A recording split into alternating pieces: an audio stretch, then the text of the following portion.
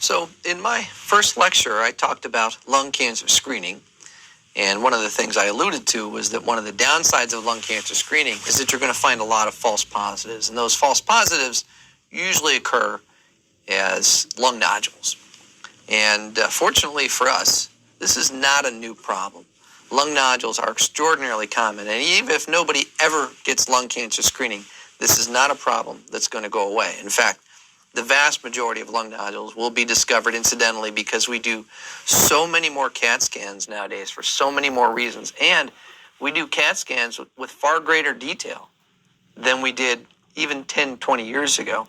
The CAT scanners nowadays give us more information with less radiation.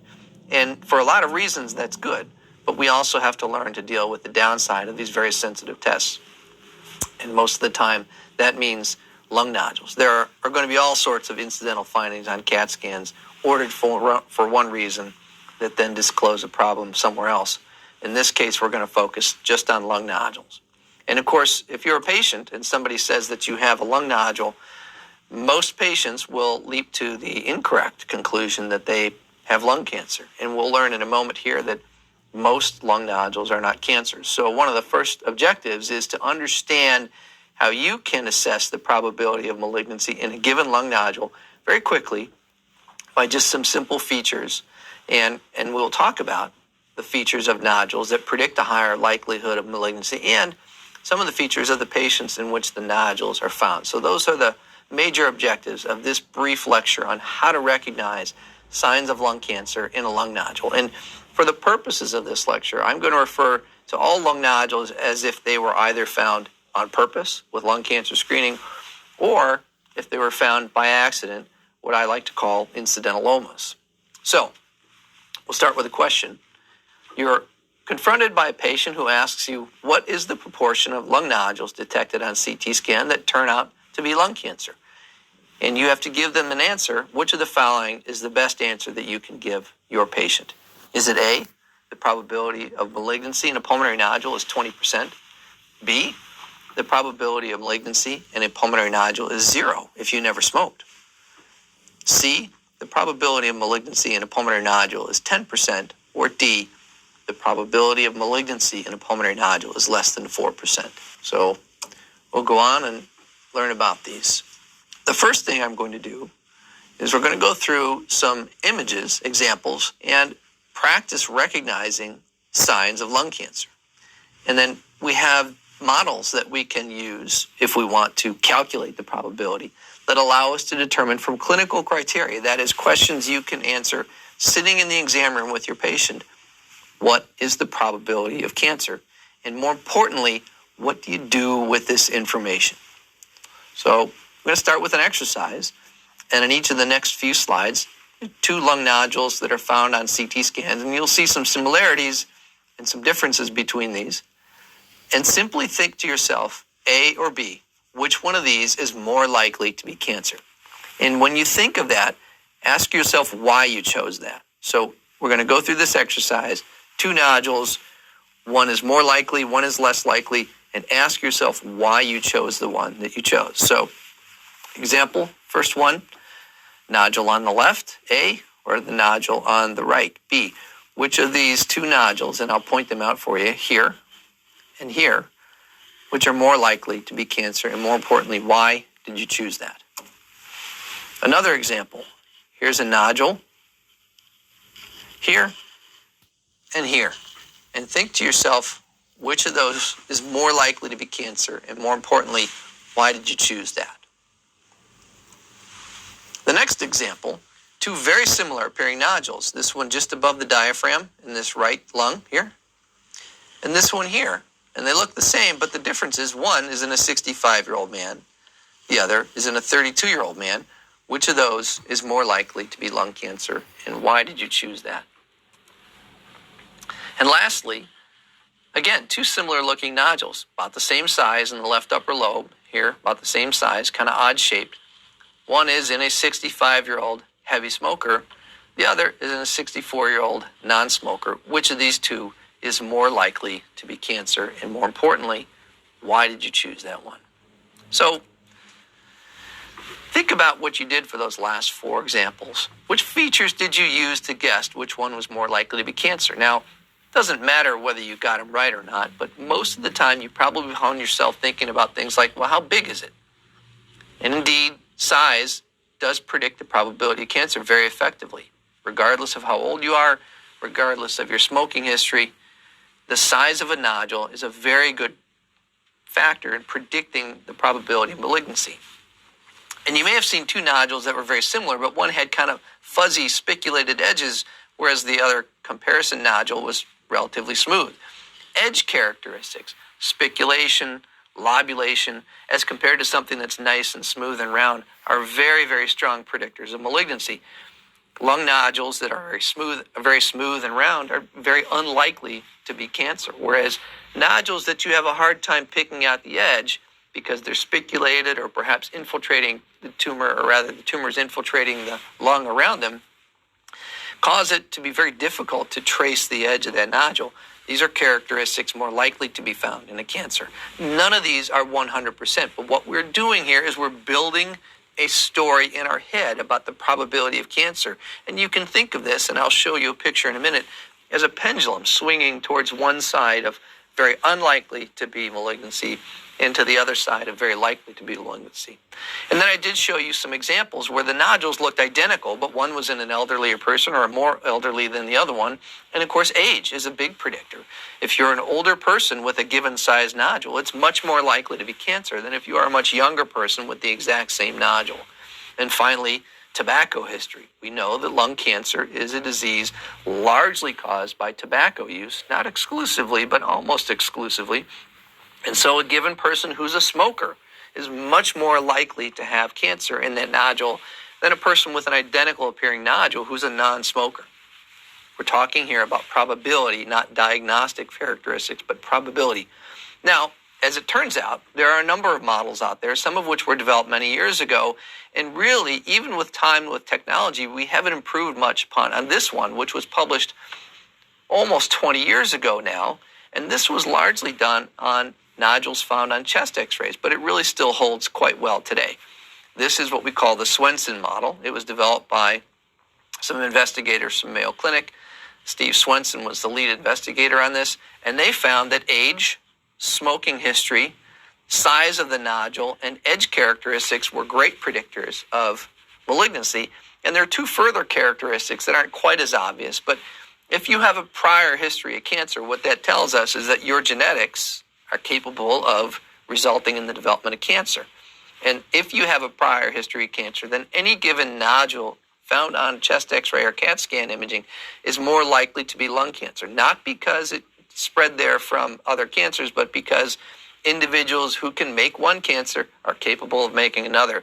And finally, the location of the nodule in the upper versus the lower middle lobes, it turns out that more cancers appear in the upper lobes than the lower lobes, and each of these appears in what we call the Swenson model. 3 characteristics of the nodule itself, 3 characteristics of the patient, each of which independently predict the probability of malignancy to various degrees.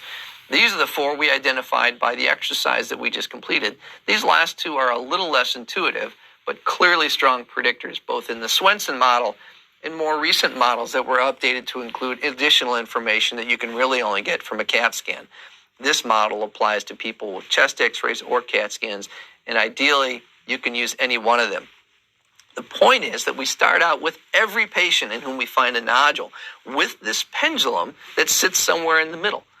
And a younger patient with a small nodule that has smooth borders, that pendulum starts to swing towards this side of the scale, towards where we ultimately want to get, which is it's definitely benign. Now, none of these features can get us to the extremes of this arrow.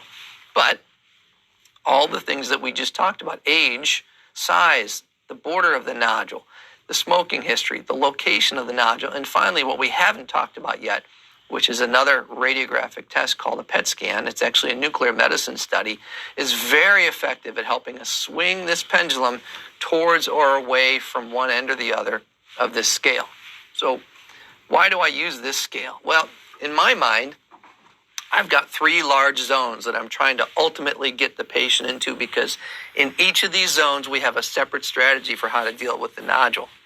One of the things I always tell my patients is that if you've got a nodule, my job is to prove it's not cancer. And I really only have two tools that can prove it's not cancer. One is take it out. And that involves having you go to a surgeon, having a part of your lung removed, and the pathologist then looks at the nodule under a microscope. For some people, that's the appropriate test. But the other is time. And obviously, these are two very different strategies. Lung surgery and time. Time involves doing multiple scans over a period of years to prove the nodule doesn't behave like a cancer.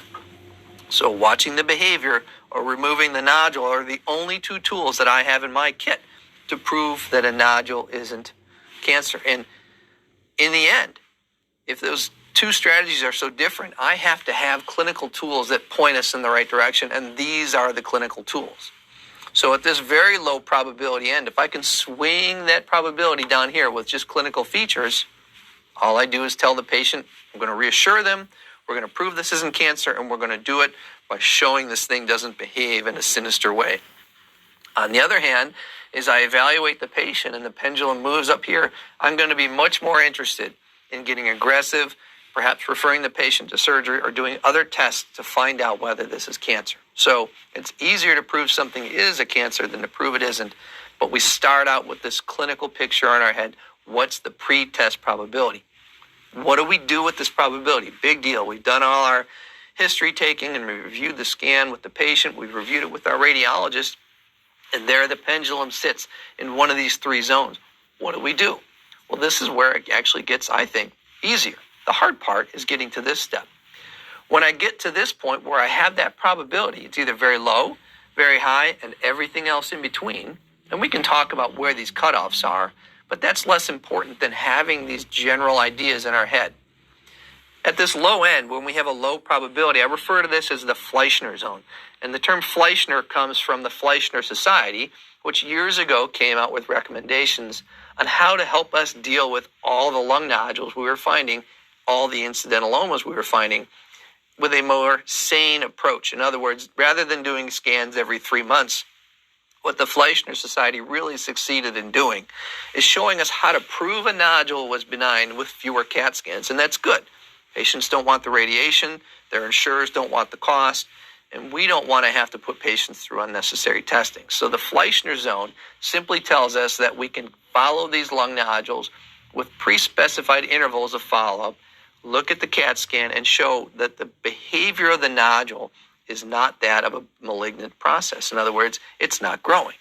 For the vast majority of nodules, and here's where this number comes in, most of the nodules that are discovered nowadays, far more than 95% of them, are not cancer. That's even true in smokers. Now, on the other hand, you've got this middle zone, and this is what I call the PET scan zone. The PET scan is the test I referred to earlier, but other than taking a history, it is the one test that is the most effective at pushing that pendulum towards one end of the extreme or the other. Now, the PET scan is one of the most useful tests in our armamentarium. It's also one of the most misused tests. And so I think it's important to understand that you cannot diagnose cancer with a PET scan, and you cannot exclude cancer with a PET scan. It simply moves the pendulum in the right direction. So now we've got what we do with the people on the low end of the probability. We've got the large group of people in the middle. What about these people that have a nodule that looks really, really concerning for cancer? This is also a PET scan zone, but why am I doing the same test here? Why don't I have two zones? The difference is that in this high probability zone, I've already made a decision that I think this is cancer, and in this case, I'm using the PET scan for its other purpose, which is to stage the cancer. A PET scan is two tests in one. And because it's two tests in one, it has two different sets of performance characteristics. One test that you get when you order a PET scan is simply what is the probability of cancer in this indeterminate pulmonary nodule. The other test that the PET scan provides you is, if this is cancer, what's the probability that it is spread to the lymph nodes or to the liver or the adrenal or to the bones or some other part of the body?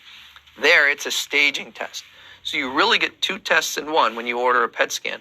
They're expensive, they're hard to get, they take time to do, but they're very useful if you know how to use it, or more importantly, if you know how not to use it. So each of these zones has a strategy. The Fleischner zone for low probability nodules, PET scans for staging high probability nodules and PET scans for intermediate probability to move that pendulum towards one end of the extreme or the other. So after all this talk about a PET scan, a few moments about what it really is, you take fluorodeoxyglucose, which is taken up in metabolically active lesions in the body. So infections can be metabolically active and light up on a PET scan. Granulomas can be highly metabolically active, but tumors, and the utility of the PET scan is that tumors use a lot of sugar. They take up that sugar and they emit these positrons, and the positron detector localizes the uptake of the sugar and combines that with the radiographic information, so you get anatomic metabolic correlates of where the tumor may actually be. And here you see an unexpected tumor in the neck of this individual with a history of cancer. So the PET scan here disclosed unexpected metastatic disease that was not detectable in routine imaging and not detectable by physical exam. So again, the PET scan is 95% sensitive for detecting many types of malignancy, not all of them, but it has a very high false positive rate, particularly in people with enlarged mediastinal lymph nodes. False negatives, very common in what we call ground glass lesions in the lung. They're also common in small lesions. The smaller you get, the less useful the PET scan is. So when a nodule in the lung is less than 10 millimeters in size, the utility of the PET scan starts to fall off. There are also other features such as where in the lung the nodule is localized. In the upper lobe, it tends to be very good because the upper lobe doesn't move as much. It takes about 45 minutes to record the data on a PET scan. The lower lobes, because of the diaphragm, are moving so much that they can, if you will, wash out the activity on the PET scan and give you a falsely reassuring appearance. So a good, experienced nuclear medicine doctor will take these things into account when they read their PET scan, and you should too take these things into account as you're interpreting the results of the PET scan. So the take-home points from this lecture is that features that one can take about the nodule from the CAT scan as well as clinical features about the patient can be combined and used to estimate the probability of malignancy in any pulmonary nodule. And this probability helps you determine the next step. So very low probability nodules should be followed up long-term. We can reassure our patients of the low probability. The PET scan is useful for intermediate probability nodules at segregating that nodule into high versus low probability. And again, for very high probability nodules, we're talking about staging what seems very likely to be lung cancer. And in that case, the PET scan is a staging test. The PET is a very useful test with a high negative predictive value for nodules that are generally over 8 millimeters, depending on where they're located in the lung. So back to our original question. The patient asks you, what proportion of lung nodules detected on CT scan turn out to be cancer? What is the correct answer? Is it 20%? Is it 0 if you never smoked? Is it 10%? Or is it less than 4%?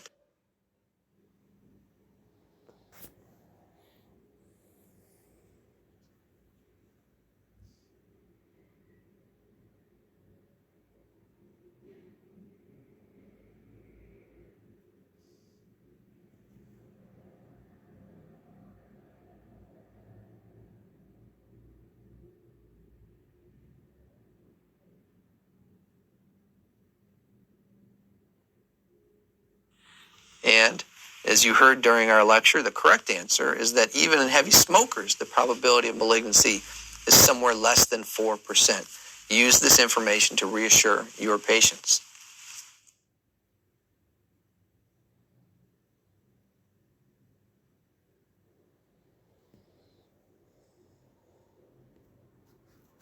All right, so in this lecture, I'm going to talk about when is a biopsy indicated when you're concerned about lung cancer. I've done 2 previous lectures, one on screening and one on the probability of cancer, determining the probability of cancer when you find a lung nodule. And in this case, what I want to talk about is when do we decide to biopsy something? And this is an important concept because as a pulmonologist, I'm often referred patients who need a biopsy. And the truth is most of these patients don't. And we'll talk about how to decide when a biopsy is a useful tool and when it's not the right tool. I like to use the analogy my grandfather gave me. He was a plumber. And my grandfather used to say there's a job for every tool and a tool for every job. And my goal from this lecture is to help you understand when biopsy is the right tool. So the objectives specifically are to understand how the pretest probability of cancer directs the need for a biopsy. And hopefully you'll be able to recognize the various situations where we do require a biopsy. And for the purpose of this lecture, I want to specify that a biopsy refers to any non-surgical sampling of tissue from a lung nodule. So unless I say otherwise, if I'm referring to biopsy, I'm not talking about surgery. I'm talking about getting a small piece of tissue from the nodule. And then hopefully you'll understand the patient-specific, the physician-specific, and the technology-specific factors that can impact on how and when we decide to do a biopsy. So to start with a question, here is a CAT scan with a small lung nodule of a 68-year-old man who presented with a cough. The nodule is spiculated. It's about 1.5 centimeters in size. And he undergoes a PET scan, which shows significant uptake, but only in the nodule. That's the status of the nodule. And now we get some physiologic status on the patient. He's got an FEV1 of 30% of predicted, so he's got very severe emphysema. He's short of breath with just climbing up the one flight of stairs that he has in his house. So what do you do with this lung nodule? Do we send him to surgery to have it removed? Do we attempt to just radiate it, assume it's cancer, and treat it? Do we recommend a follow-up CAT scan in 6 months? Do we biopsy the nodule? Or do we say, boy, he's just so sick, let's send him to hospice? So by the end of this lecture, hopefully we'll be able to sort out all these options and decide which is best for this 68-year-old man. So the outline of this lecture is we're going to talk about when we decide to do a biopsy and what do we do with this pretest probability of cancer that we've hopefully determined before we get to this point. We're going to talk about people with low probability nodules. We'll talk about intermediate probability, and we'll talk about those with a high probability of cancer. The answer to when we decide to biopsy and how we do it is different for each of these classes of individuals. And finally, what I want to emphasize is what a biopsy can tell you, and by association, what it can't tell you. So let's talk about this pretest probability. In one of my previous lectures, we talked about how to come up with this probability. Now, what do you do with it? So let's just say, for argument's sake, that we're going to call our high probability patients those with a 70% or more chance of having lung cancer in their nodule. And then we'll have the very low probability people be those with a 5 to 10% probability of cancer, and then everybody else. And as you'll see in a moment, that where we precisely put these cutoffs is less important than what we do with the information afterwards. So let's go back to our pendulum that I referred to in a previous lecture, where we talk about the factors that can help us decide what's the chance that there's cancer in this nodule. And there may be more than one nodule in any given patient, but each nodule is going to really have its own probability. And what we typically do is we focus on the highest risk nodule. And as we said earlier, risk is determined by these factors: age, size, what do the borders look like? Is the patient a smoker? Where is it located in the lung? And if you have the PET scan, does it light up? So we then segregate the patient in one of these probabilities. Now, high probability nodules are going to be found in older, larger nodules, older patients, larger nodules that light up on a PET scan. Low probability nodules are going to be found in younger, smooth nodules, younger patients with perhaps PET negative lesions. But what if you have an old patient with a really suspicious lesion that doesn't light up on the PET scan? What that's going to do is going to put you right in the middle of that intermediate probability. So you can easily envision scenarios that will move that pendulum into one of those three zones for us. Where you set that cutoff, you can decide for yourself, and your patient can decide. So the goal with any nodule is to either prove that it's definitely benign, or if you think it's cancer, figure out what it is and how to treat it. That's our ultimate goal. How do we get there? Well, again, for those low probability nodules, we could try to prove it's benign by taking it out. I don't recommend that for people who have a low probability of cancer. We want to keep as much lung in our patients as we can. Or we can use time. So take it out in time.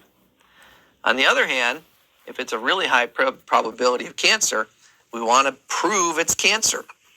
get some tissue under the microscope. Now, as I said earlier, you can do this with a biopsy, or you can just have it resected. And we'll talk about when we decide between those two and how we determine which of those two strategies is the most appropriate. Now, this middle zone is probably where the biopsy has its greatest utility. And one way to look at the biopsy is it's just a little bit better than a PET scan at proving you do and don't have cancer. So that intermediate probability is where the biopsy probably has its greatest utility. Remember, I'm referring to a biopsy as a non-surgical sampling of the tissue. So when do we do a biopsy? Anytime you need to prove it's cancer. The corollary is a biopsy cannot prove you don't have cancer. Now, I tell this to a lot of patients, and I see the very puzzled look in their face when I say it. And I usually explain it this way. If you look under a microscope, think back to your histology class if you ever took one, and under a microscope, a cancer wasn't all cancer cells, was it? There were some cancer cells. And next to that, there may have been some scar tissue or some inflammation, some clot with fibrin, or some normal tissue. The point is that even a tumor, a large tumor under a microscope, isn't all cancer cells. And when you take a biopsy, you take a small sample of that tissue, you might miss the cancer cells. So a biopsy can only prove you do have cancer. It can't prove you don't. And if you repeat that to yourself often enough, you will find yourself using biopsies much more appropriately than you otherwise might use them. Absence of evidence is not evidence of absence. So back to this probability line that we've got. And how do we decide where this probability sits? And is there a single answer? And so I put this together so that you can understand that there are a lot of factors that might affect what truly counts as a low probability lesion versus what counts as a high probability lesion. For instance, let's just say that the patient is really, really anxious. They can't sleep at night. With the probability that they have cancer, they just can't sleep. It's ruining their life. Well, in that situation, you might move this line down a little bit so that somewhere in here is where the biopsy becomes more useful. On the other hand, if you have a safer biopsy technique, let's say you have this biopsy tool that some futuristic doctor develops and can safely biopsy the lung with very little risk, well, it becomes a little more justifiable to do more biopsies when the risk is less. But what if we had a blood test that, in spite of the appearance of a nodule, could be very reassuring, what we call a high negative predictive value blood test, that if that test is negative, really reassures us that it's not cancer? Well, in that case, this line moves way, way up here, and we're going to be much less likely to do invasive procedures if that blood test is negative. If the nodule really, really looks benign based on its imaging features, perhaps it's smooth and round, maybe a hint of calcification to it, I'm going to be very loath to recommend a biopsy in someone that has something that looks really benign. So this line, this cutoff between low probability and intermediate probability, is variable where that sits. Let's look at the other end of the spectrum. Let's say we're deciding between surgery and a biopsy. And this line here is the cutoff between when we decide to just send someone to have surgery or when we decide to do a biopsy.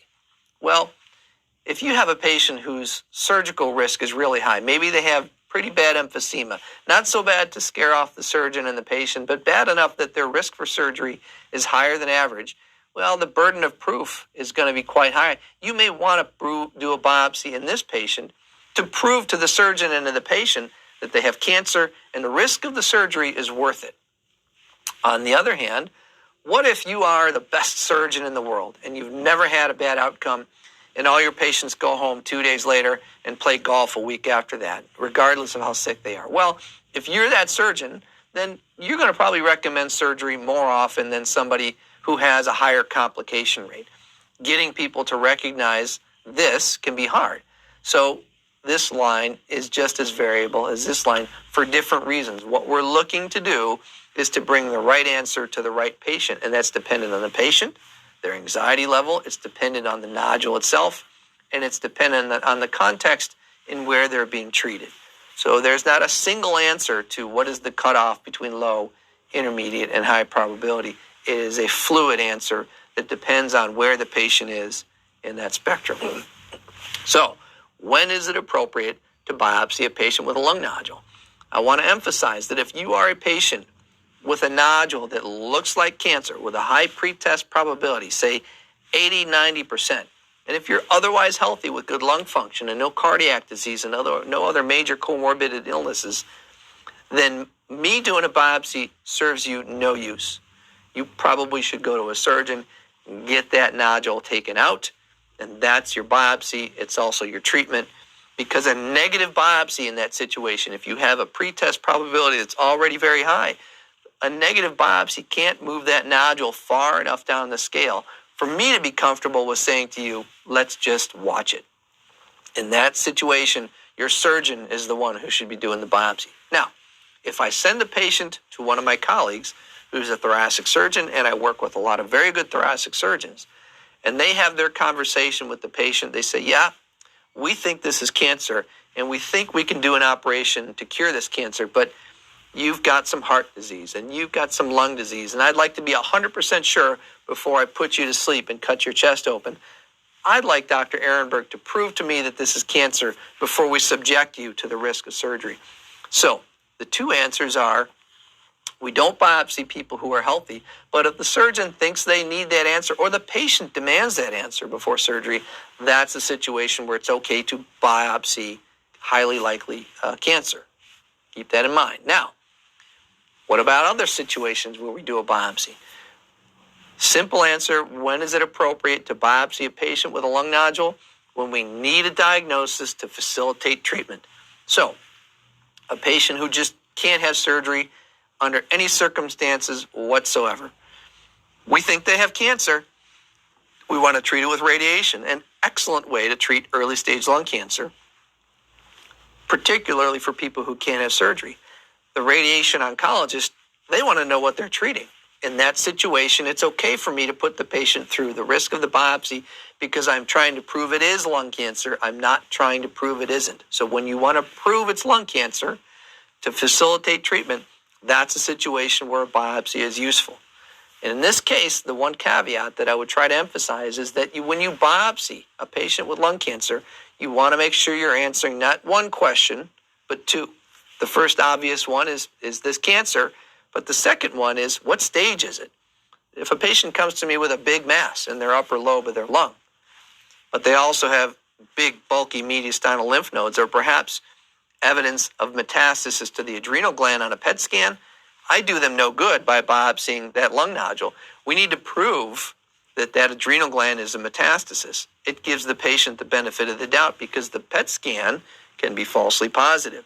So when I do a biopsy, I don't always biopsy the lung. I biopsy the lymph nodes because they're easier and safer, and they tell us about the stage of the disease. Or I biopsy the metastasis for the same reason.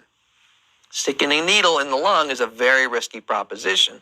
Sticking a needle in an adrenal gland or the liver is less risky and answers the question unequivocally, what stage is this patient's lung cancer? So when we do a biopsy, it's because it's going to affect treatment decisions, and we want to know exactly what stage of disease we're treating. So when is it appropriate to biopsy a patient with a lung nodule? The last situation where I think it's reasonable, if someone comes to me with a history of another cancer, particularly a cancer with a high probability of eventually developing metastasis. If they have a lung nodule, it might be the metastasis. It might be a primary lung cancer. In that situation, regardless of what the treatment options are, we may be willing to do a biopsy to help define the treatment options. So the biopsy is a tool that helps us define treatment options for the patient. If you don't need that tool, then skip it. So back to when is a biopsy indicated? The second situation is if a biopsy is necessary to make treatment decisions. So we have the sick patient that looks to have lung cancer, but it's early stage. We want to facilitate radiation therapy by giving the radiation oncologist and the patient a clear diagnosis. Even good surgical candidates may require a preoperative proof. If the surgeon knows that they're going to have to remove an entire lung to get that lung cancer out, they often will require a biopsy because that pneumonectomy is a higher risk procedure. We're balancing the risks of the procedure with the risks of the biopsy. And when the surgery itself is very high risk, the risk of the biopsy is justified by the information that this is definitely cancer and the surgery is worth it.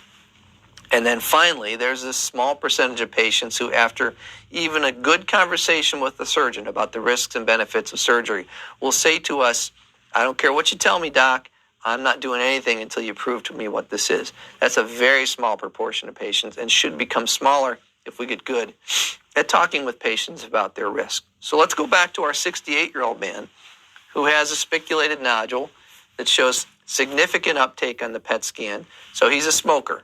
He's 68, a 15 millimeter nodule with a PET scan. The pretest probability is going to be fairly high. But what we then discovered is that this patient has very severe emphysema. He's so short of breath he can't even climb a flight of stairs without getting out of breath. What do we do about this patient?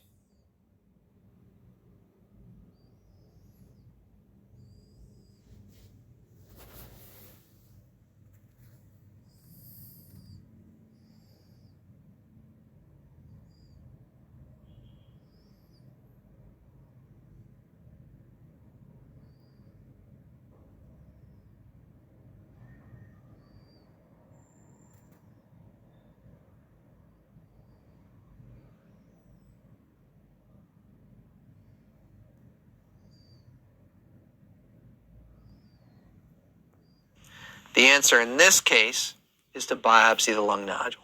Now, if he wasn't short of breath, if he didn't have that emphysema, if he was playing golf 3 days a week, I'd say skip the biopsy, go see the surgeon, get that high pretest probability nodule removed from your chest. Take-home points from this lecture. Don't rush to biopsy every lung nodule. Most of them are benign, but we can't prove it's benign with a biopsy. We can only prove it's benign by taking it out or showing with time. When do we do a biopsy?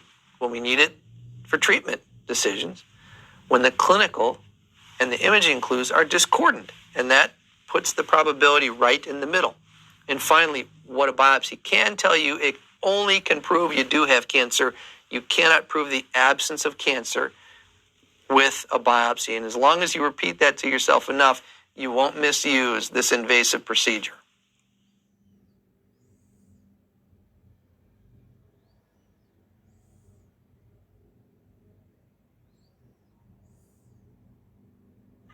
So in this lecture, I'm going to be talking about the different methods of biopsying patients with suspected lung cancer. And I have to say that probably one of the more common questions I get asked, whether it's somebody pages me, pulls me aside in the hallway, or by email, or through our electronic medical record, one of the most common questions I get asked is, can you get this? And by that, people usually mean, I got something that I'm worried about. It looks like lung cancer. How do we get a biopsy? And as a guy who does biopsies for a living, I spend a lot of time looking at CAT scans, trying to decide if I can get it or if someone else can get it or how we can get it. And so I think it's useful to have in your mind a sense of what tools are right for what patient when they need a biopsy. In my previous lectures, I've talked about lung cancer screening. I've talked about how we recognize the probability of cancer in a lung nodule. And I've talked a little bit about when we decide a biopsy is necessary. And hopefully from this lecture, you can walk away with a sense of what are the right tools to use for any given patient who we think needs a biopsy. So we'll start with a question. Which of the following are true of lung biopsy? Is it A, lung biopsy carries a risk of pneumothorax of about 50%? Is it B, serious bleeding occurs in less than 1% of lung biopsies? C, in a patient with a peripheral lung mass and bulky mediastinal lymph nodes, a CT-guided biopsy of the mass is indicated next. Is it D, lung biopsy requires the patient to be under general anesthesia to prevent lung motion? So which of those is correct? So by the end of this lecture, hopefully, it'll be easy for you to pick out the correct answer. The objectives of this lecture are to understand the different tools that we have, the different methods that we have available to us in patients who need a lung biopsy, and how we choose between them. And of course, to do that, we need to know their limitations and their advantages. But importantly, I want you to know that what you biopsy and where you do that biopsy is more important than how. So the tools are important, but knowing what to biopsy is at least as important. So this is a picture that I took from a book chapter I wrote a while ago. And when I talk about a biopsy, generally excluding surgery. So you've got, on one hand of this graph, on the left side, you've got people who are good surgical candidates with what looks like early stage lung cancer, stage 1 or 2. Really high probability of lung cancer from reviewing the images, from the patient characteristics and their exposure history, good pulmonary function, minimal comorbid illness. The biopsy, in this case, is sending the patient to surgery to get that removed. Now, on the other side of that coin, and again, where this line is divided can be somewhat arbitrary, you've got people who are either poor risk candidates or very high risk, and they need a biopsy, and then you've got two choices of how to biopsy. Generally, when we're talking about the lung, you've got a bronchoscope, a fiber optic scope that allows you to go down through the throat, into the windpipe, and biopsy the lung. And you can see that there's a dividing line between that and CT-guided biopsy. And so these are complementary tools. They don't generally compete with one another because they're tools to be used in different scenarios. So, when is bronchoscopic biopsy more appropriate than CT-guided biopsy and vice versa? Those are questions that we hope to answer through this lecture. So, general characteristics of when we choose to do a CT-guided biopsy. It's when the clinical stage is 1. That is, all we see is lung cancer in the lung, no evidence of nodal involvement, generally more peripheral location, so out near the chest wall as opposed to located centrally near where all the large blood vessels are. No suspicious lymph nodes, either on CAT scan or PET scan. And we don't have available to us navigational bronchoscopy expertise, and I'll show you what that is in a while. So if you lack that and you have these other characteristics, CT-guided biopsy is clearly the way to go. On the other hand, when do we use a bronchoscope? Well, when we see that it's early stage disease, 1, 2, or 3, but it's centrally located, more towards the center of the chest. Or when you've got big, bulky, or PET-positive mediastinal lymph nodes. Why do we use a bronchoscope? It's simple, it's easier, and it's safer. If you have access to what we call navigational bronchoscopy, that is, the ability to biopsy lung nodules using navigation techniques, advanced computerized navigation techniques, and the nodule has what we call an airway sign, that is, an airway that leads directly into the nodule, a bronchoscopic biopsy might be more appropriate because it's a little less likely to give you pneumothorax. And if you have multiple nodules that need to be biopsied, it's probably safer to do that with a bronchoscope than it is with a CT-guided biopsy, again, because of the risk involved. So we'll spend the rest of this lecture kind of talking about the relative advantages and disadvantages of each of these tools for biopsying lung nodules. So when do we choose to use a bronchoscope? As a pulmonologist, I get asked this all the time, and if there's one misconception that I could disabuse everybody of, it's the idea that you can go down into the lung and see a lung nodule. I've been doing bronchoscopy for nearly 20 years, and I've seen very, very few lung nodules, though I've biopsied hundreds of them. You generally can't see lung nodules. You can see the airways, and if you're lucky, sometimes you can see the airway that leads to the nodule, but you rarely see what you're doing a biopsy of in the lung. So, the bronchoscopy tool is most useful when we're trying to biopsy mediastinal lymph nodes. That is, lymph nodes that are located in the center of the chest, not within the lung. We call these N2. It's nodal stage 2 disease, mediastinal lymph nodes, far, far away from the periphery of the chest where the CT-guided biopsy is accessible. But the bronchoscope has the advantage of being able to get right next to the lymph node, which is located just on the other side of the airway. And as you'll see in a minute, we have tools that allow us to look through the airway.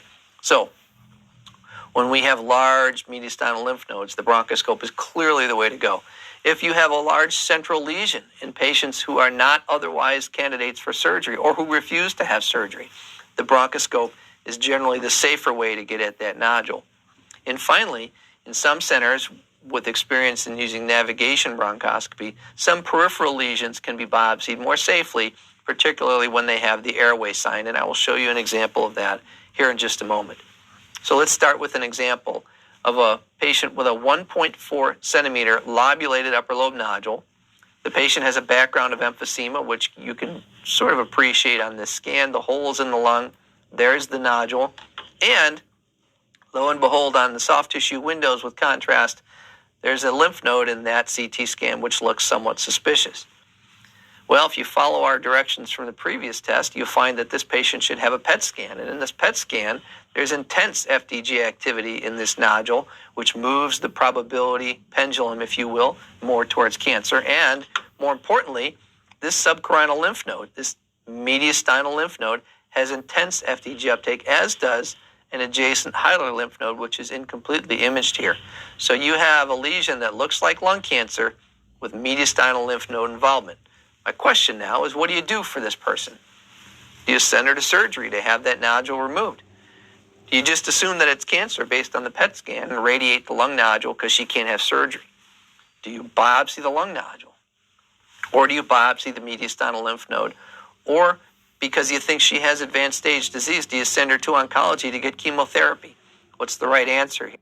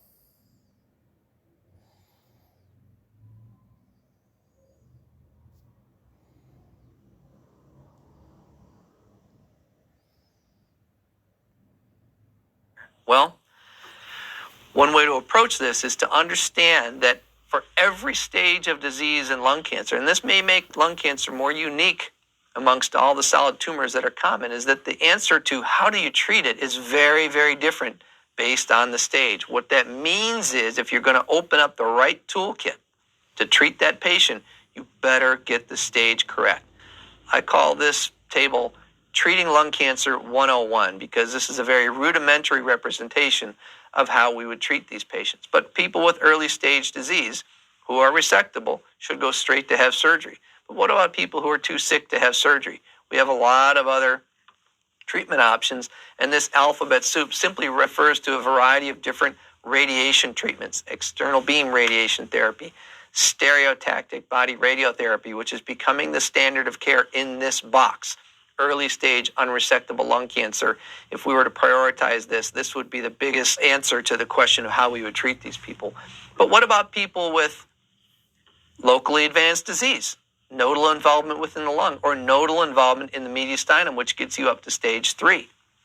In this case, we try to biopsy those patients, but we want to make sure that we're biopsying them so we have a definitive answer to what stage it is. And finally, metastatic lung cancer, cancer that is spread from the lung to some other organ outside the chest. Here, radiation is only used for palliative purposes, and most of these patients will be treated with chemotherapy. You notice surgery plays no role in this. But the point is that if we want to treat the patient with the right tools, you have to start by getting the stage. And what that means for me, for the person who does the biopsy, is we always want to biopsy what we call the most stage informative lesion. That's where the roadmap of the PET scan comes in handy. So the correct answer for this patient is we biopsy the mediastinal lymph node. It'll give us an answer, if there's cancer in there, to whether or not she has cancer. And more importantly, that one biopsy answers the second question as to what stage her disease is, and that tells us how we're going to treat it. So when you have advanced stage disease, evidence on the PET, you have to biopsy that which proves that advanced stage. How do we biopsy mediastinal lymph nodes? Well, the tool you see here is what's called an endobronchial ultrasound scope. Now, on the left, you have a blown up picture of the end of the scope. All total, this is about 8 millimeters in diameter, and the tip of this scope has a little camera and a fiber optic source of light, which lights up the airway and allows us to see. But the real utility of this scope is this, which is simply a small ultrasound tool. And that ultrasound tool looks sideways through the airway, and it's designed so that the needle that comes out of this channel right here at the top goes right where the ultrasound is looking. So this is a what you see is what you hit tool. This middle panel shows a balloon filled with water or saline that keeps the liquid interface between the tissue you're trying to image and the scope so that you can actually see through the airway, see the lymph node, and here you see the needle coming out of the scope in the plane of the ultrasound. So what you see is what you hit. This is the operator's end of the scope. You can steer it with this. The needle goes down through the working channel here. This is the needle apparatus. And this is endobronchial ultrasound, which is the single most useful tool in biopsying anything that's close to a large central airway. So here's an example, and I'll show you more in a second of what this is, but this is a side viewing ultrasound. You can picture the scope coming out here at the top of this picture, and here you can see the needle going into this enlarged lymph node. And more importantly, what the ultrasound does, it allows you to Doppler so you can see the vessels in the area. So this allows us to go all the way up to, but avoid poking that needle into this blood vessel. And this is about 4 centimeters in depth of imaging. And so this is a fairly large looking lymph node, which is being biopsied through this endobronchial ultrasound scope. And again, you see the needle coming out, and here you see it penetrating that lymph node, and that little needle is going to get you enough tissue to diagnose cancer in that lymph node. Here's another way to look at it. Here's a side viewing scope, and the way to get oriented to this is if I draw the scope in here, you can now see the scope coming down the airway, looking sideways through the airway. Here's the airway wall, and here's the needle coming out of the scope into this little 8 millimeter lymph node. Now that's a pretty tiny lymph node next to this big vessel right over here, which happens to be the pulmonary artery. And what you can see is with the balloon up and the ultrasound scope looking sideways through the airway, you can actually see the needle going into and out of the lymph node as you do the biopsy. This ability to view the biopsy in real time greatly increases the safety of endobronchial ultrasound. The risk of this procedure really entails just the risk of sedating the patient. There's a tiny risk of bleeding, perhaps less than 1 in 1,000. It's a very, very small risk. and almost no risk whatsoever of pneumothorax from puncturing the lung, but because truthfully, this needle's going nowhere near the lung.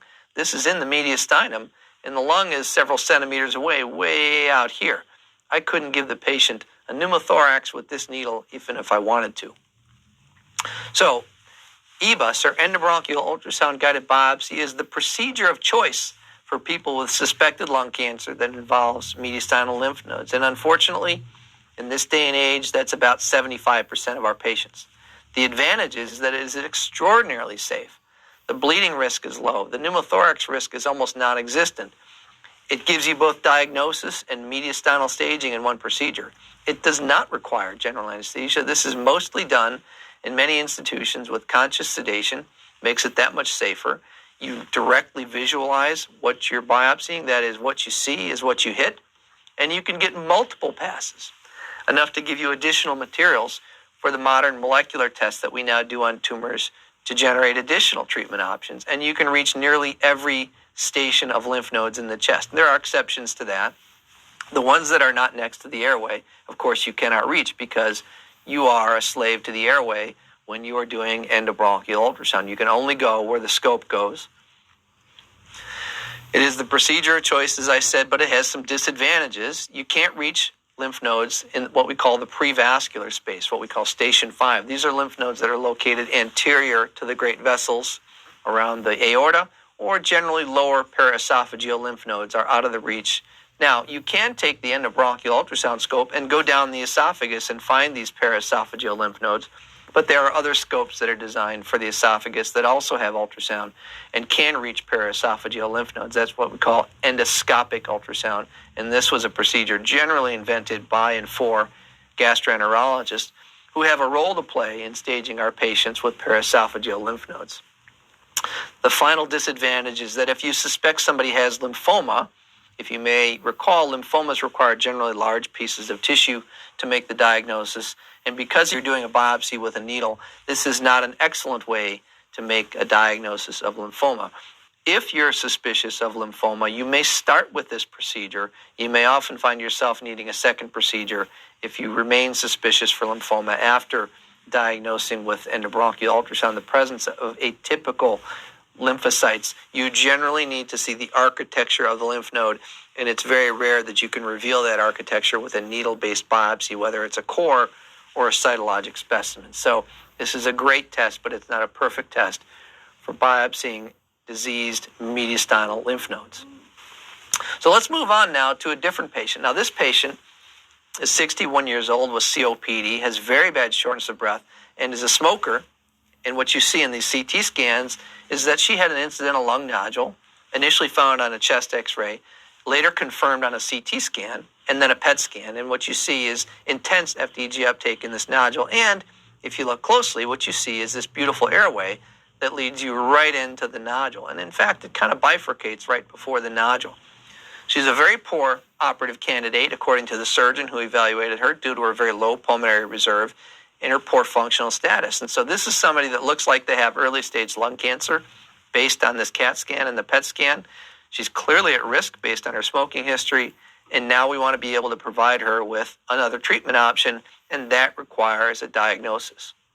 So that brings us to navigation bronchoscopy, and there are a number of manufacturers that create tools that allow us to navigate without seeing our way through the peripheral lung. This is just one such example of what's called electromagnetic navigation. And in this case, in all cases of navigation bronchoscopy, what happens is a very detailed CT scan is imported into some software that creates a map of the airways very specific to that patient. In fact, that is this patient's airway. It creates a three-dimensional tree of the airway, and the user can then identify the nodule, and the computer will find the airway that leads you specifically to that nodule. In this case, the airway is highlighted by this pink. The user is allowed to review and edit the pathway to make sure that it's something that can be reached. And then the system will create what are called planar views, axial, sagittal, and coronal views of the CAT scan and what that will look like as you do the procedure. So this is electromagnetic navigation bronchoscopy. In this case, it's called iLogic is the brand of software. So This requires a little bit of extra training. This is not something most pulmonologists are trained to do, but an increasingly large number of pulmonologists are doing this procedure in their practice. Thoracic surgeons use this as well to localize nodules.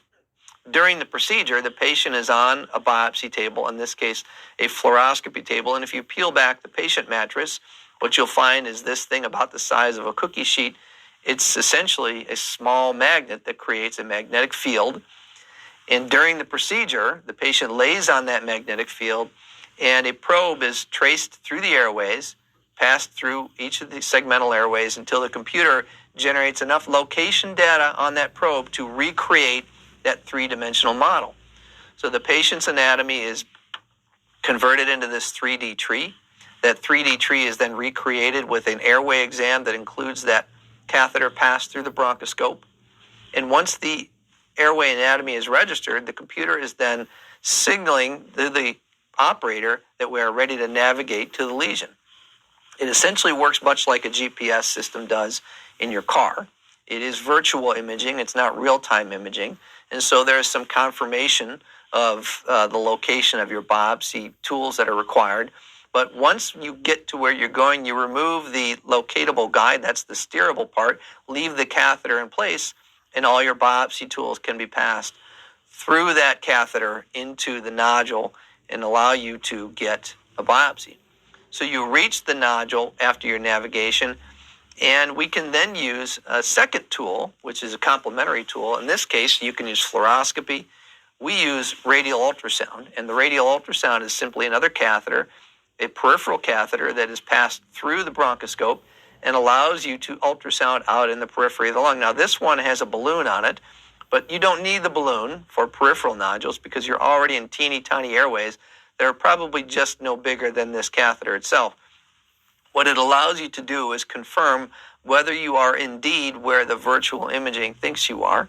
Once you've confirmed that, you can biopsy through that catheter. Now, here's our patient, and here's our nodule, and what you can see is that the navigation bronchoscopy catheter is put out there, and you, at this point in time, this is just a millimeter or two difference between these two forks of airway. Here, you can see the catheter actually poking itself right through this nodule, which is nicely delineated by this ultrasound picture of a solid lesion within the lung. The beauty of the lung is because it's mostly air, you'll see nothing unless you're inside the nodule. This confirms that our biopsy catheter is located within the nodule. You can then remove the ultrasound catheter and pass any standard bronchoscopic biopsy tool out into that nodule to get your sample. In this case, the biopsy revealed squamous cell cancer. She went on to have stereotactic radiotherapy, 5 treatments over the course of a week and a half, and she went off to have her cancer cured that way. So this is electromagnetic navigation bronchoscopic biopsy. What do the numbers tell us about the utility of this tool? Well, it's good. It's not perfect. The data published by people who use this show us that with peripheral lesions that you can't see, with some airway sign, you've got about a 60 to 70% chance of being able to biopsy the lesion. The glass half empty way of looking at this means you've got a 25 to 30% chance or even more of missing, and that's a problem. Now, when you add in the use of radial ultrasound to confirm your location after navigation, you can get up to 80% yield of peripheral nodules with a fairly low pneumothorax rate, less than 5%. This is far less than one would expect with a CT-guided biopsy, and a very low rate of major bleeding, less than 1%. This tiny catheter can penetrate the pleural surface even without a biopsy. So you can get pneumothorax with this approach even without doing a biopsy. The advantages of this particular approach is that if you need to biopsy more than one nodule for any variety of reasons, you can do that. It does not require general anesthesia. Most people will do it without, some do it with, but that's up to the operator. And it has a lower risk of pneumothorax than the CT-guided biopsy, which we'll talk about later. And it allows you to place fiducial markers in and around the tumor, which some radiation oncologists like to use to deliver more accurate radiation. And that depends on the radiation oncology system being employed in any institution. So fiducial markers allow the tumor to be tracked during respiratory motion. That can be useful as well. But the key use of navigation bronchoscopy is to allow us to biopsy lesions with an airway sign with a lower risk procedure than CT-guided biopsy. The disadvantage is that you do still have a risk of pneumothorax. It's probably slightly higher than standard bronchoscopy, which is done blindly. It has a lower diagnostic yield than CT-guided biopsy. So these are complementary tools, and they can be thought of in that way, a trade-off, if you will, between risk and yield. And it does require a lot of experience in the user. It's not something that you can do occasionally and be good at it. This is a procedure with a learning curve that requires a lot of volume to maintain your proficiency. So let's talk now about CT-guided biopsy. What is the role of this tool in a patient with a lung nodule? So we use this for people who need a diagnosis with a peripheral lesion who can't have surgery. So we need a diagnosis. We think it's cancer. They're in the high-risk range, and we need to get the answer. This is, in most places, the most common way to do it. Or in people who might have surgery, but their surgical risk is much higher, or higher than the surgeon's willing to undertake without a biopsy. In those people, we recommend getting a tissue diagnosis. In the case of people with suspected metastasis to the lung from other organs, or a metastasis from the lung to, say, the liver or the adrenal or the bone, often the CT-guided biopsy is the best way to make that diagnosis in the metastatic lesion. And importantly, I think it's worth mentioning this, that in 2015, bone metastasis, though they may be easier to get, often have to go through a process of what's called decalcification. That process can render unusable many of the important molecular tests that oncologists require to make treatment decisions. So before you biopsy a bone lesion, talk to your oncologist. If that's the only metastatic lesion there, it may then be acceptable to go back and biopsy something within the chest, because those soft tissue lesions can more readily be used to facilitate specific molecular diagnostic tests, generally to look for targetable mutations in the tumor. That is I think that's an advanced concept, but you do need to know about this. If you're going to biopsy something that you would suspect is a bone metastasis, talk to the person who may be treating the patient to make sure that that tissue will be usable for what they need. This is what a CT-guided biopsy looks. You actually have the patient on the table. They are put into the scanner. The image itself is brought into the view, and markers may be put on the chest to facilitate placement of the biopsy needle. And here, of course, you see the needle going through the lung, and that is the chief risk of the CT-guided biopsy. And that is about 15, perhaps 20% of people will have a pneumothorax because, of course, you're putting a needle through their lung. What's amazing to me is that number isn't higher. And in skilled hands, this is still the most accurate way to biopsy any lung nodule that requires a diagnosis to inform treatment decisions. CT-guided biopsy in most of the world is a standard procedure. There are many, many radiologists out there with a lot of volume experience in doing this, far more radiologists with good volume experience in this than there are pulmonologists or surgeons in doing navigation bronchoscopy. But as time goes by, experience becomes more equally balanced, and this is an option that I find to be complementary to navigational bronchoscopy and vice versa. So, what are the advantages of CT-guided transthoracic needle biopsy in a patient with a lung nodule? Again, a lot of people know how to do this and do it well. So it's generally something you can get done even in hospitals where there aren't great experts in it. Does not require general anesthesia and is extremely accurate. That is, if you go to biopsy a nodule, in most centers, upwards of 94-95% of the time, you're going to come away with an answer, and it can reach most of the lung. There are limitations, though, which we should talk about. It is the highest risk of all the procedures we have to biopsy the lung for pneumothorax. In very experienced hands, pneumothorax will occur 15% of the time. In less experienced hands, it's likely that number is going to be higher, but only about 1 out of 3 people with a pneumothorax as a result of a biopsy will need to have that treated. That is, most people, it will resolve on its own, or it's so asymptomatic it requires no treatment. Serious bleeding, again, is unlikely to occur, again, less than 1% of the time. Now, there are some nodules where this procedure is quite difficult. Remember, the lung is an organ that's always moving, particularly the lower part of the lung. So nodules located in this area of the lung just above the diaphragm can be extremely difficult. If you're not sure, you should ask your radiologist, the ones that do the procedure. They'll be the best ones to tell you whether they can safely get the nodule or not. And more importantly, the CT guided biopsy is almost never useful as a staging tool. So when you biopsy a lung nodule, you better be darn sure there aren't any involved mediastinal lymph nodes. Why? Because they will give you the stage, and there's almost no risk of a pneumothorax in biopsying mediastinal lymph nodes. So while you can get a diagnosis in most people with a CT guided biopsy, it can only be considered definitive staging if there's no evidence of nodal involvement. So the take-home points here is that both bronchoscopic and CT-guided biopsy techniques can get at most lung lesions. The choice of your approach depends somewhat on the nodule location, the patient preferences, particularly when the risks and benefits are balanced. The advantages and disadvantages of these two approaches for biopsying lung nodules are complementary, and the most important thing I can say is that if and when you do biopsy a lung nodule, please make sure that biopsy answers both questions. Is this cancer, and what stage is it? And that's where endobronchial ultrasound becomes such a useful tool, because such a large proportion of our patients already have nodal involvement.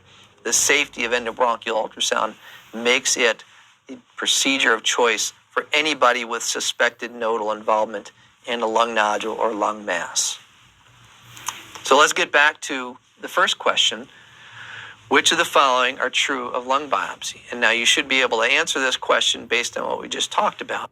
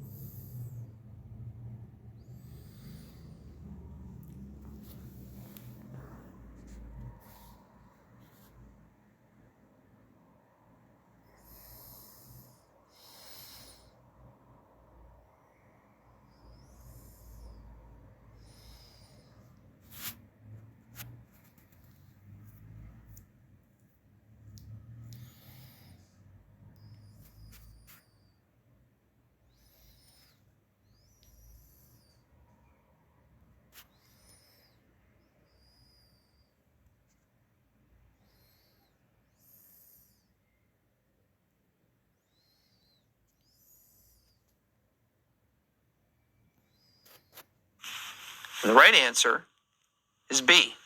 Serious bleeding occurs in less than 1% of lung biopsy. Lung biopsy does not carry a risk of pneumothorax of about 50%. It's 15% for CT-guided biopsy, much less than that for bronchoscopic biopsy, and even in high-risk patients, 50% is probably a high number. Patients with peripheral lung mass and bulky mediastinal lymph nodes, I would not biopsy the lung mass, I would biopsy the lymph nodes. And finally, lung biopsy almost never requires general anesthesia, although for some patients it can facilitate safety in the biopsy. Hi, I'm Leslie Quint from the Department of Radiology at the University of Michigan. Welcome back.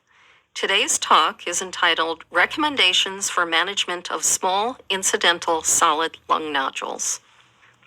The objective for today's talk is to present guidelines for the management of small incidentally detected solid lung nodules on CT scanning. Let's start out with a pre-lecture question. I'm going to read you a statement and you can tell me if you agree or you disagree with this statement. So here goes. If I saw a solitary incidental 6 millimeter non-calcified lung nodule in a healthy 55-year-old man with no smoking history, I would invoke the Fleischner Society guidelines in my report. So you can choose whether you agree with this statement, you disagree, or whether you're unsure. We'll get back to this at the end of the talk. And we'll have pre-lecture question number 2. So do you agree or disagree with this statement? If I saw a solitary 6 millimeter non-calcified lung nodule in a middle-aged man with colon cancer, I would invoke the Fleischner Society guidelines in my report. So do you agree if the patient is afebrile, disagree, or are you unsure? Okay, so let's get started. Small incidental lung nodules are very common, not just in smokers, but also in non-smokers. In fact, about half of smokers older than age 50 have small nodules on thin section CT scanning. The vast majority of these nodules turn out to be benign, and many of them represent granulomas, particularly in histoplasmosis endemic areas such as the central United States, where I live and where I work. There's an increased chance of malignancy with increased nodule size. So here are some numbers.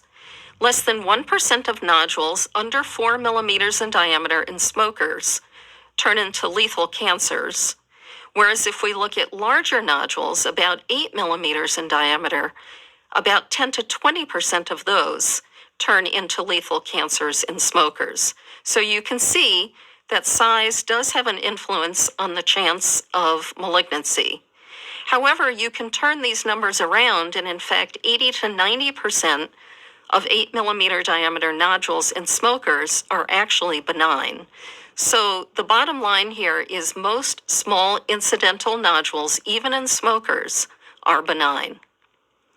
Not just size, but also increased age correlates with increased chance of malignancy.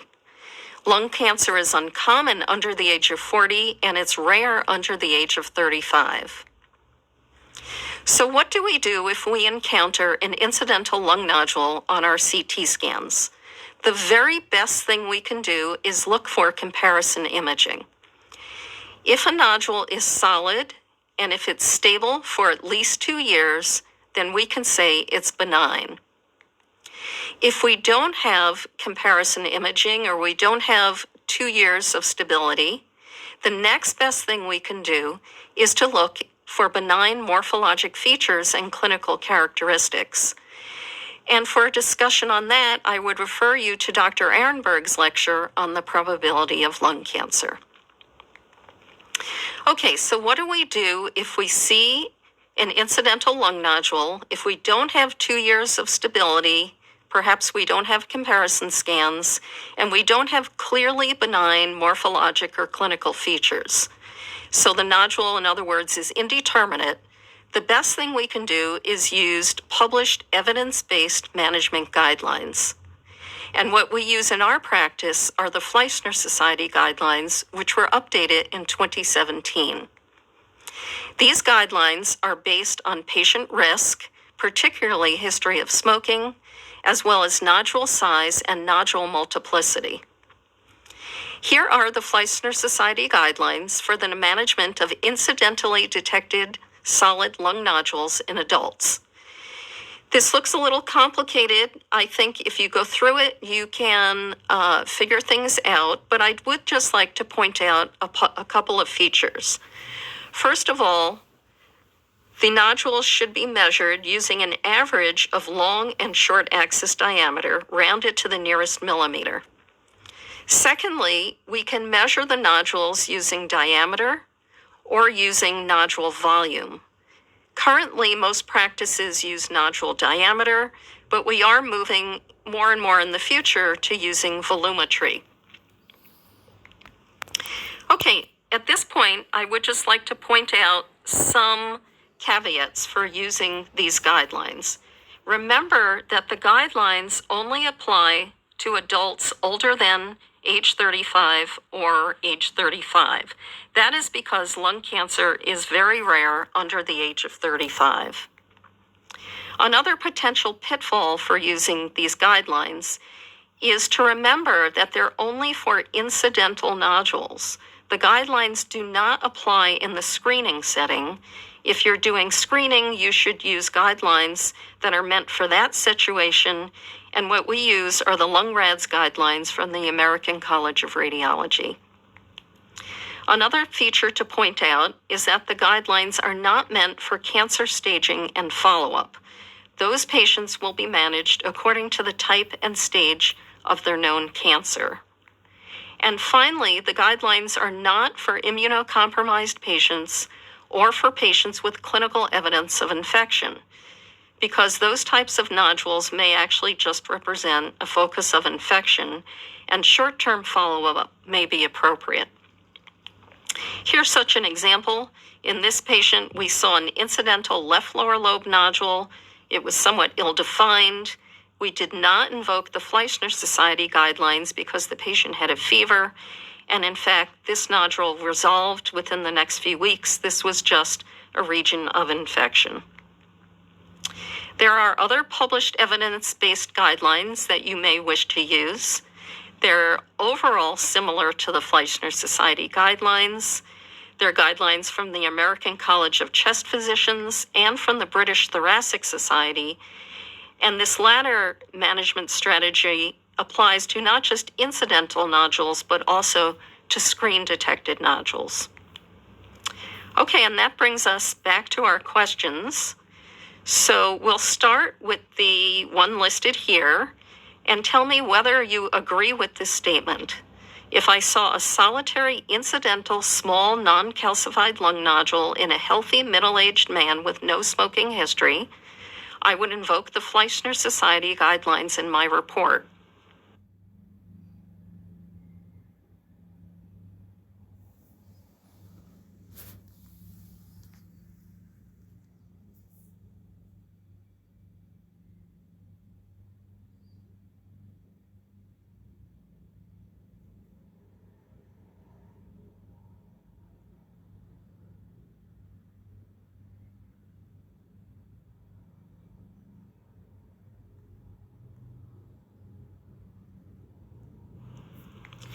And the best answer here is probably you should agree that this is a good situation for using the Fleischner Society guidelines. And that strategy would suggest that we get a follow-up CT scan in 6 to 12 months. And if the nodule is stable, then consider an additional CT scan at 18 to 24 months to establish longer-term stability. And then our second question, if we saw a similar nodule in a man with colon cancer, would you invoke the Fleischner Society guidelines in your report?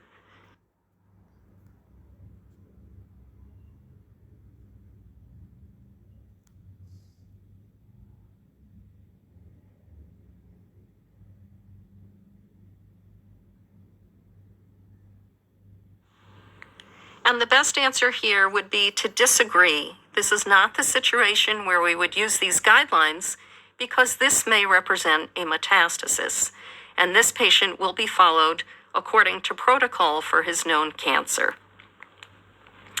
Okay, so that brings us to our take-home points. For indeterminate solid nodules, it's best to use published evidence-based management guidelines and to use them when clinically appropriate, remembering their limitations. In addition, we need to consider the entire individual patient scenario, remembering that conservative management may be indicated for very elderly patients and patients with major comorbid disease. So even though the guidelines might suggest that we get more tests, biopsies, or perhaps take the patient to surgery, that may not always be justified in the individual patient. And with that, I thank you very much for your attention.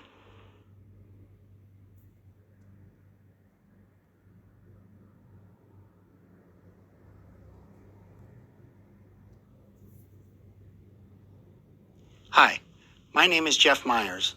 I'm in the Department of Pathology at the University of Michigan, and I'm here to talk to you about some new concepts in the pathological classification of lung adenocarcinomas. We have only two objectives for our time together.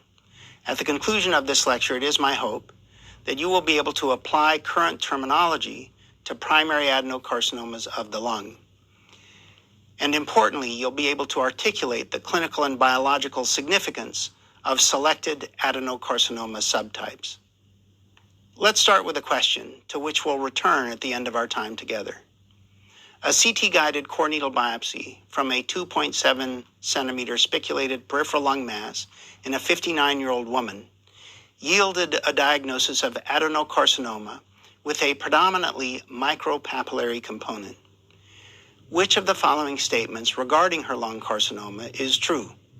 A, it's a variant of adenocarcinoma in situ. B, this is a tumor type referred to historically as bronchioloalveolar carcinoma. C, micropapillary architecture is unique to primary lung adenocarcinomas. D, this is a poorly differentiated, meaning high-grade adenocarcinoma with higher likelihood of lymph node metastases. Or E, these tumors lack EGFR sensitizing mutations and therefore should not be subjected to molecular testing.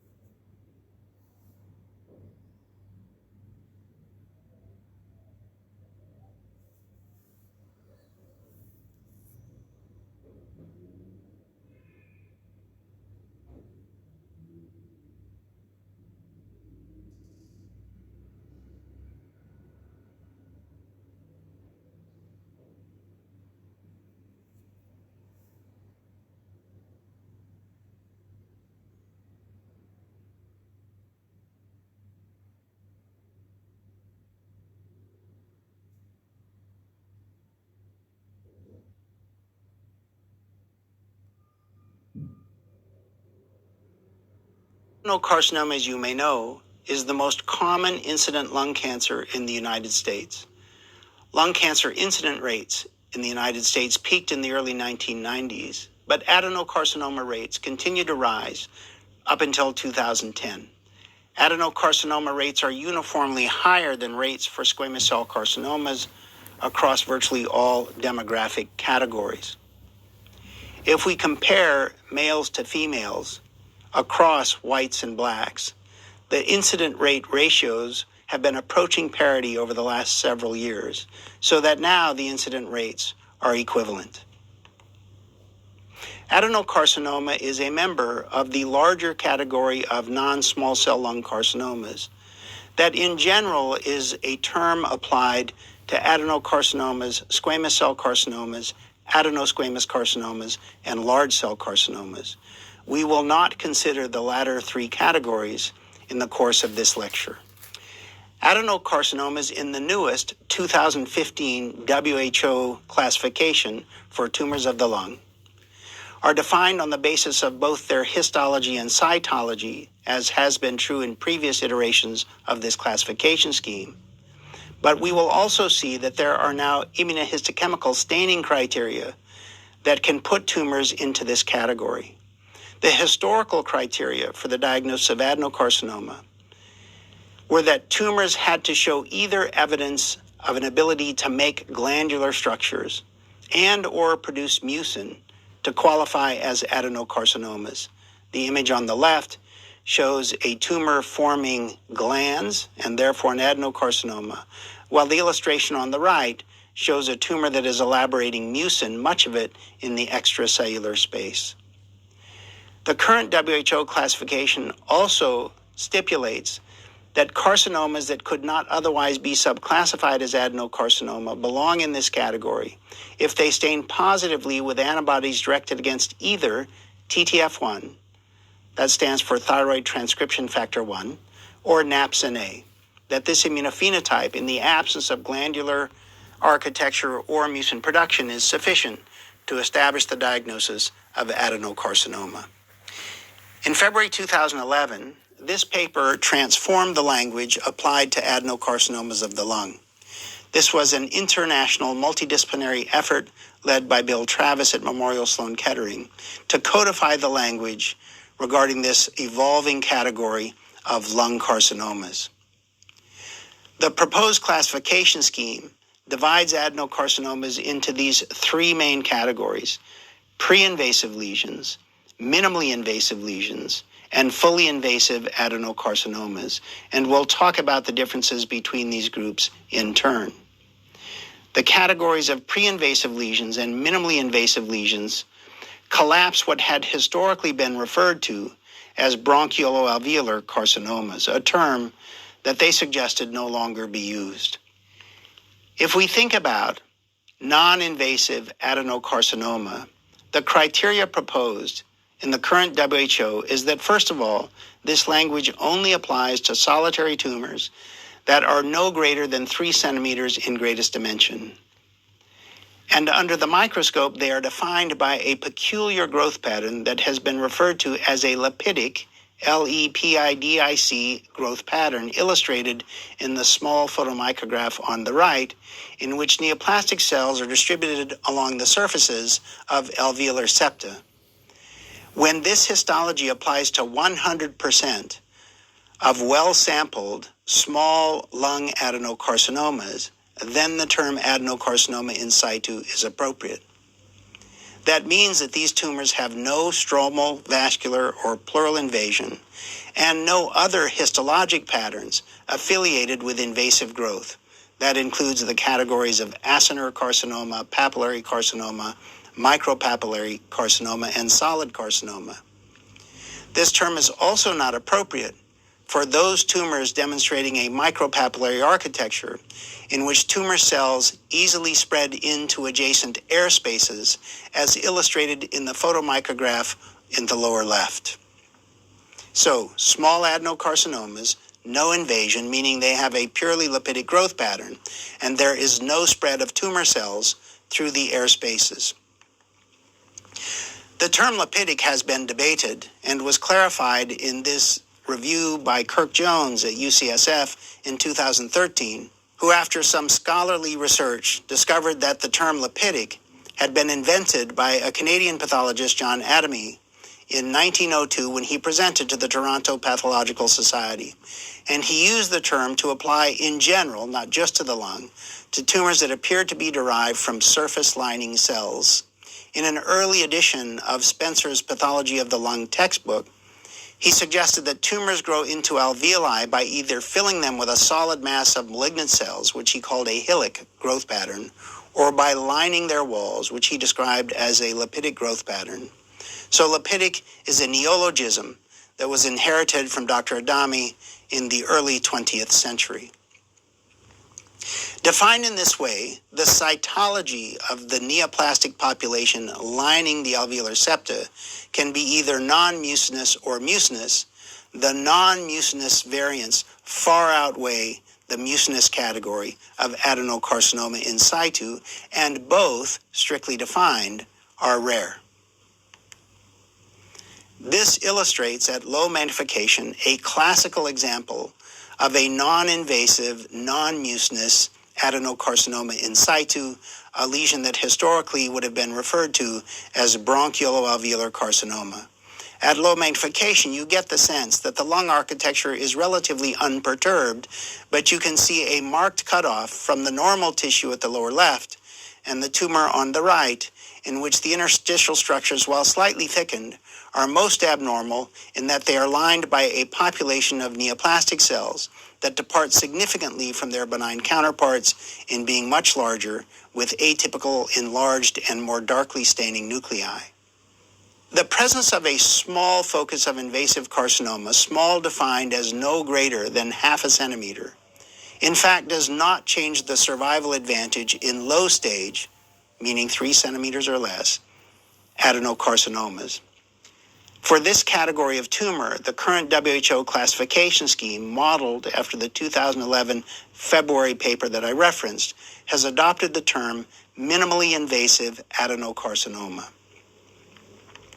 A number of studies have illustrated that a little bit of invasion in what would otherwise be an adenocarcinoma in situ does not affect the prognosis in small adenocarcinomas. In this study from Japan, Dr. Sakurai and colleagues looked at a series of small adenocarcinomas that had been resected. In this study, the tumors were less than 2 centimeters in size. They graded the tumors into these categories. Grade 0 tumors were those that had a purely lipidic, or what in those days was called a bronchioloalveolar growth pattern, what today we might call adenocarcinoma in situ. Grade 1 tumors were those tumors that were mostly non-invasive but had small foci of invasion in an area of otherwise lipidic growth. Grade 2 tumors were tumors that had a central scar in which there was a small focus of invasion, and grade 3 tumors were tumors in which there was clear-cut invasion in the center of the fibrotic focus. When they compared the survival in these groups, the presence of a little bit of invasion, meaning grade 1 and grade 2 tumors, they had the same survival as purely in situ lesions, and disease-specific mortality was seen only in those with clearly invasive disease. This study was repeated using slightly different criteria at NYU by Dr. Yim and Associates when they divided their tumors into 4 categories based on the presence or absence of invasion. Their group 1 patients were purely in situ lesions. What in those days was called bronchioloalveolar carcinoma today would be called adenocarcinoma in situ. Their group 2 patients were patients who had no more than half a centimeter of invasion. Their group 3 patients were patients who had that lipidic growth pattern at the periphery, but at least half a centimeter of invasion elsewhere. And their group 4 patients were patients who had purely invasive tumors with no areas demonstrating the lipidic pattern illustrated previously. And when they compared survival across these categories, mortality was seen only in their group 3 and group 4 patients who had invasive tumor of at least half a centimeter in size. And there was no disease-related mortality in those with purely in situ lesions or those with invasion that measured no more than half a centimeter in greatest dimension. The study was repeated by Alan Borchuk and colleagues and showed exactly the same results.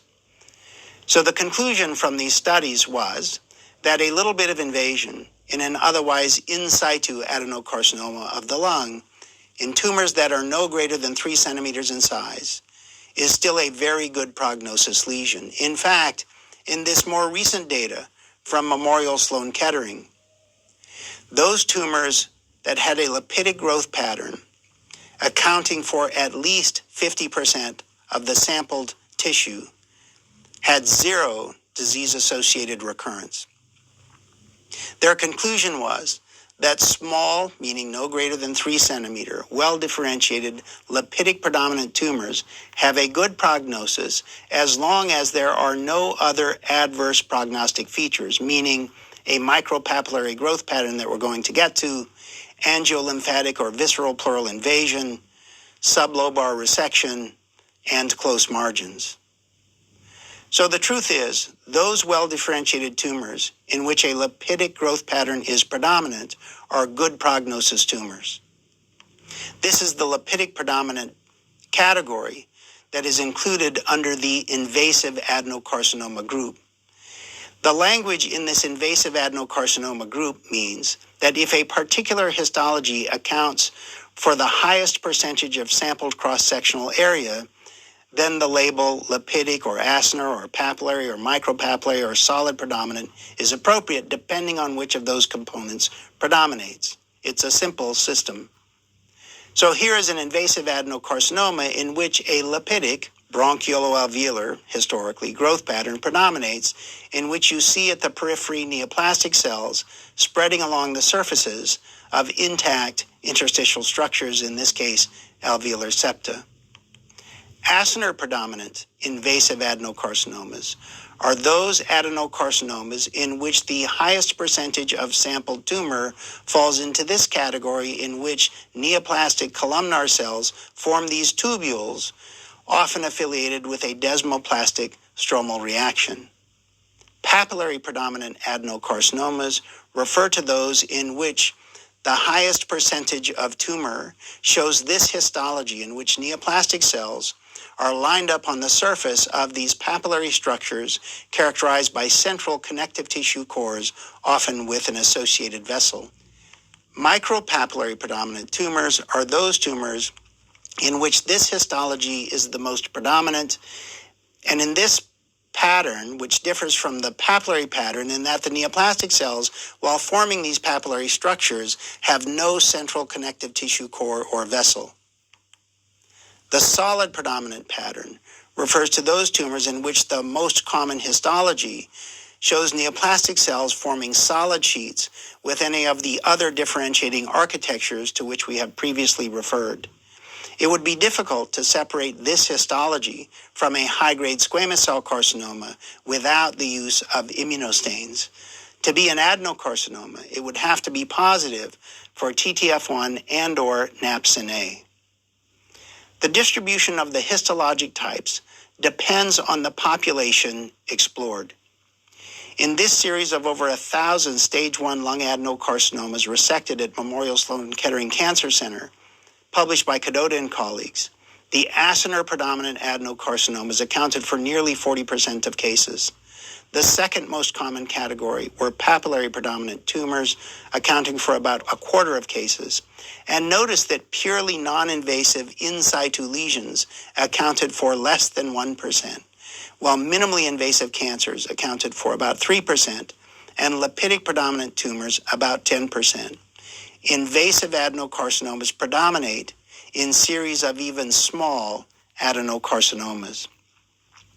When they looked at the influence of the histologic category to outcome, they segregated their tumors into these three larger groups.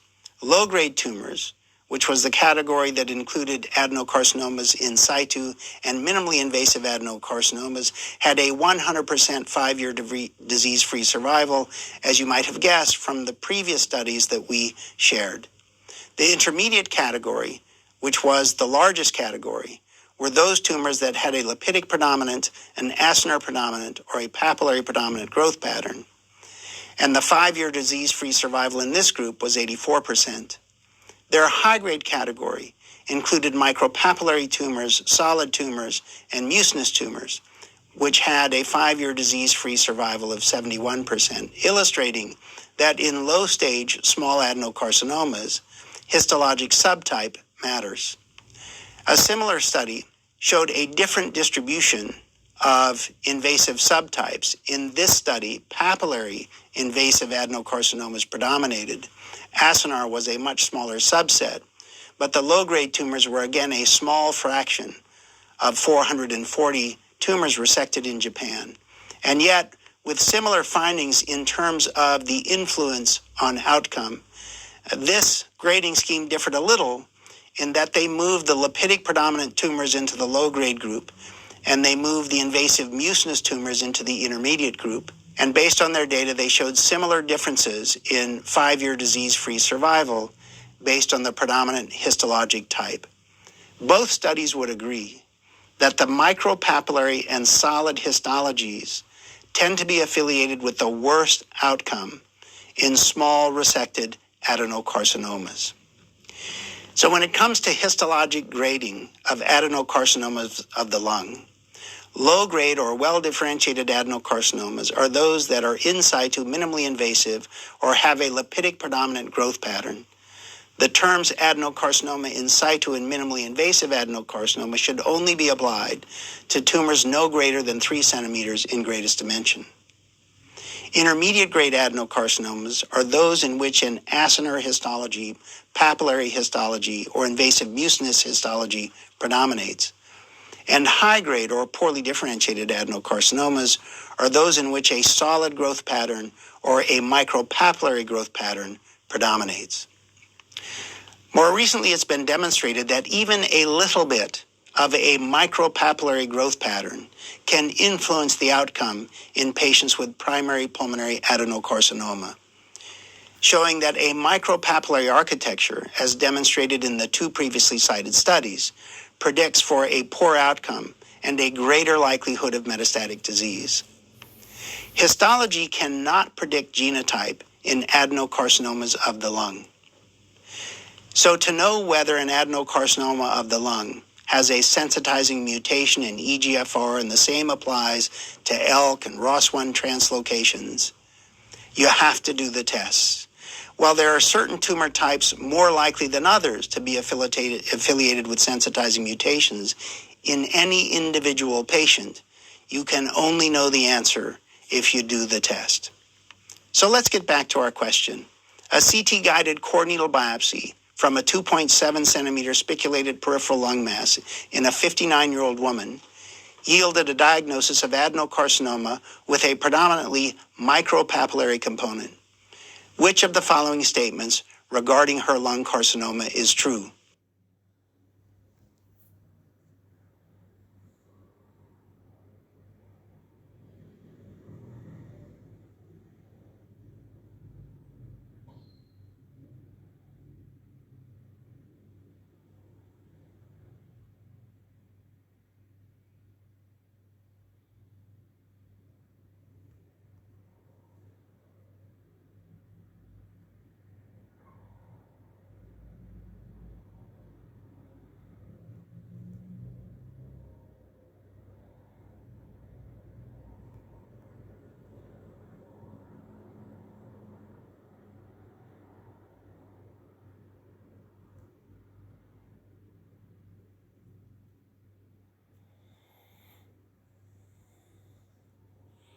It is my hope that after our conversation, you would choose D, poorly differentiated adenocarcinoma with a higher likelihood of lymph node metastasis. As we've talked about, a micropapillary growth pattern is a distinctive histology seen in a broad range of predominantly adenocarcinomas arising in various sites, including not only the lung, but also breast and other organ sites. And interestingly, in any site, this micropapillary histology tends to be affiliated with higher stage at presentation and serves as a poor prognostic factor independent of stage. So what would I like for you to remember as a consequence of this conversation? First, adenocarcinomas of the lung are defined by a combination of histopathologic and immunophenotypic features. Small adenocarcinomas, meaning those no greater than 3 centimeters in size, in which all of the tumor or most of the tumor has a lipidic growth pattern, are affiliated with a nearly 100% disease-free survival. The language may be different for these various categories, applying the term adenocarcinoma in situ to those with no invasion, or lipidic predominant to those in which the tumor has more than half a centimeter of invasion. But in any of those categories for small tumors, it is an excellent prognostic group.